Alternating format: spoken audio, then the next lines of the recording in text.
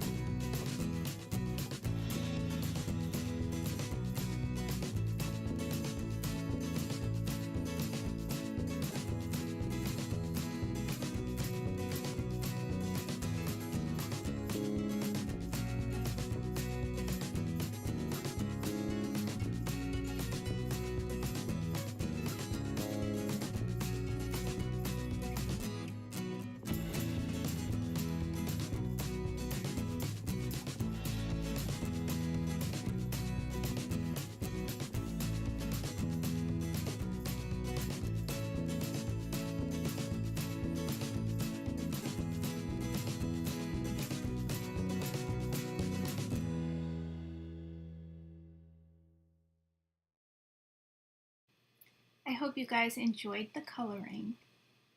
So now let's create a pretty sky for my background here. I'm going to take out all my masks and cover up my images. That way I can use my Distress Oxides, and I'm going to use a paintbrush and just brush on the ink to create a smooth looking background. So I wanted this card to be a little bit different, so I used two colors, worn lipstick and fossilized amber. Now I'm just taking that brush and swirling it around, going right over the image and bringing that color out. Make sure to get it inside all those little crevices there.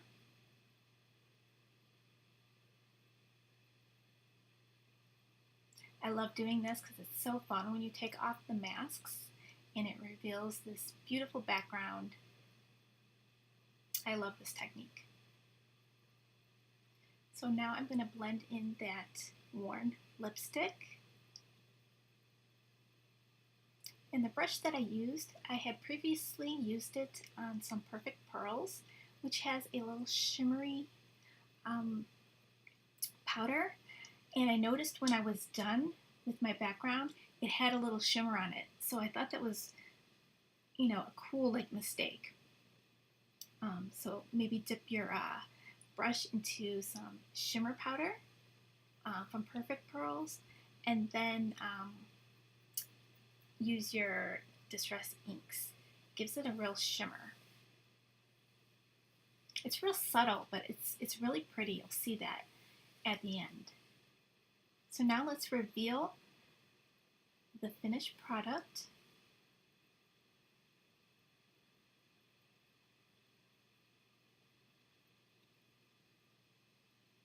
I think it really brings the scene to life. So now you see some areas that are a little bit white that the mask was covering up. So all I did was I took my brush, I didn't add any extra ink to it, and I just pounced right on top of the areas that I wanted to darken up a little bit, just so it wasn't so harsh white. So I did that around the trees there, by the bow and arrow, and by his little sack that's carrying the little bows. So I think it came out really pretty. So now I'm just using a white jelly pen to add some little dots. I added to the trees, to the hills, on his little feathers. I do it on his little cheeks. It just brightens up the image. So here you can see that shimmer in the background. Isn't that pretty? So now I'm going to add my sentiment, let the adventure begin. And I heat embossed that on black cardstock so that sentiment really pops. I decided to frame my image with green and then use a black card base.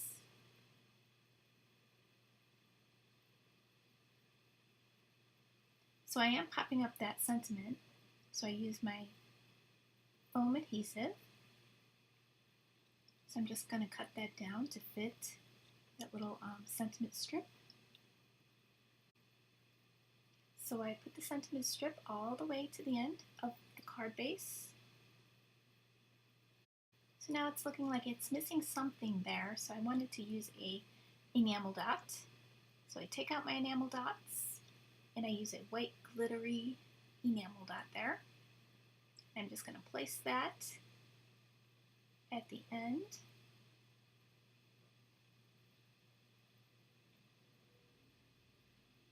And this will complete my card. I think it came out so cute. I really enjoy making these scenes like this. They always turn out to be one of my favorite cards. So I hope you guys try it. I will have the stamp set listed in the description box. Thanks for watching, and I'll see you in the next video. Bye guys!